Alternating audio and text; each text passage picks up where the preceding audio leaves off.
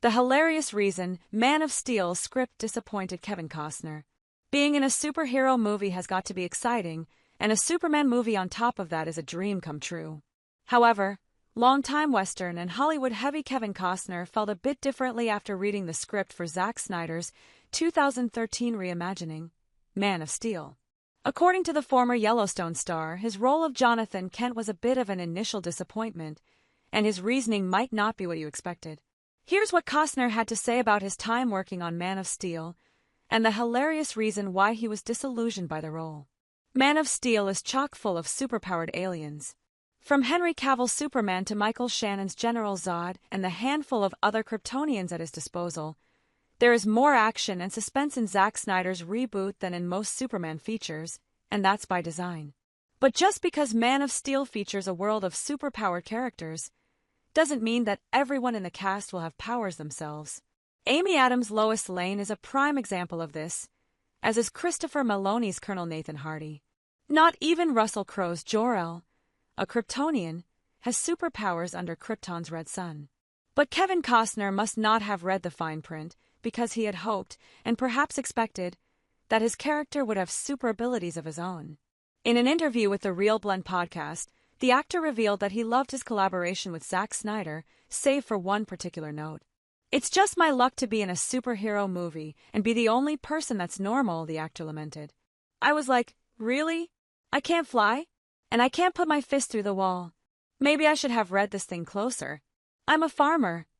All jokes aside, Costner embodies one of the most important characters in DC Comics mythology, and his role as Jonathan Kent was pivotal to Clark Kent's eventual transformation into Superman.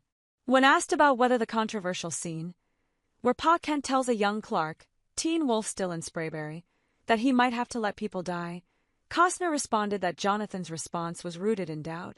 By the time he allows himself to be consumed by a tornado, in order to ensure his son's secret remains such, it was a moment where he no longer doubted that people weren't ready for Superman.